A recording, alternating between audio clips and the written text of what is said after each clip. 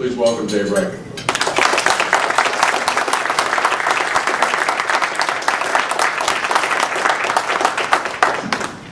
Good afternoon.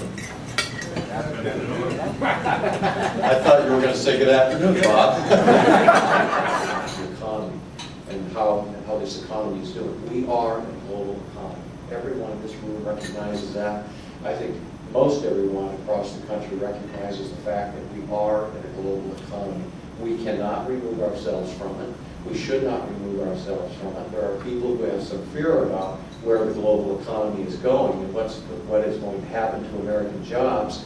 And that's, I think, a justified concern and fear. But instead of sitting back and waiting to see what's going to happen in this global economy, or riding the wave, as I think we've kind of been doing here in the United States, and letting China and India sort of lead the way in this global economy, the United States of America needs to take the lead.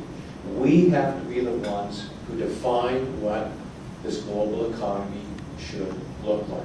If we make that effort, if we have that energy, and we do, and if we have the technology, and we do, if we have the innovative spirit, and we do, if we apply all of those things to this global economy, and we engage not only the people who own businesses and create jobs in this country, but those people who are employed, who are members of unions who now oppose most of the trade agreements, get them engaged and say, you know what, it is to your benefit to be a part of the process and learning what it means to be leaders in a global economy. It will do two things. If America leads, if America decides that we are going to define, and we must, define a global economy, what happens is, number one, we protect this country.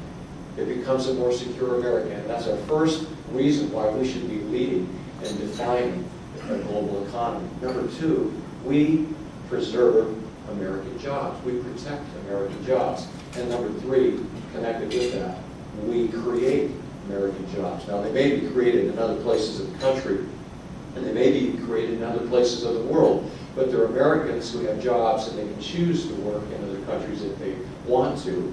Or they can choose. The second thing that we can do is to help businesses survive and to grow here in the United States. How do we do that?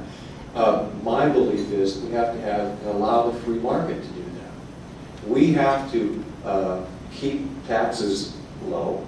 We have to give tax incentives to small businesses to make it possible for people to start new businesses so they can employ more over the past few years. Since May of 2003, 8 million jobs. And I just did part of our walkthrough this morning in downtown Bellevue, asking businessmen and women, how's your business going? These are jewelry shops and oriental rug shops and candy stores. I spent a little bit longer in the chocolate shop than I did in the diamond stores.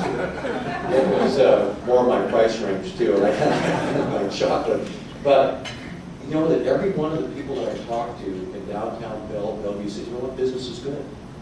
It's okay. Some are going, I wish it was a little bit better. August is a little downtime, we all know that, people go on vacation.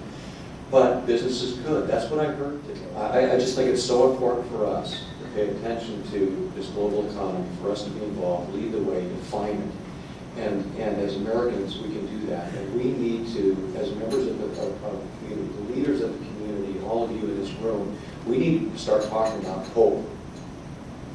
Hope. You know what? People came to America over 200 years ago because they had hope, because they wanted freedom. Think about that. They came here. Now, they came here, and people continue to come here because of the American dream.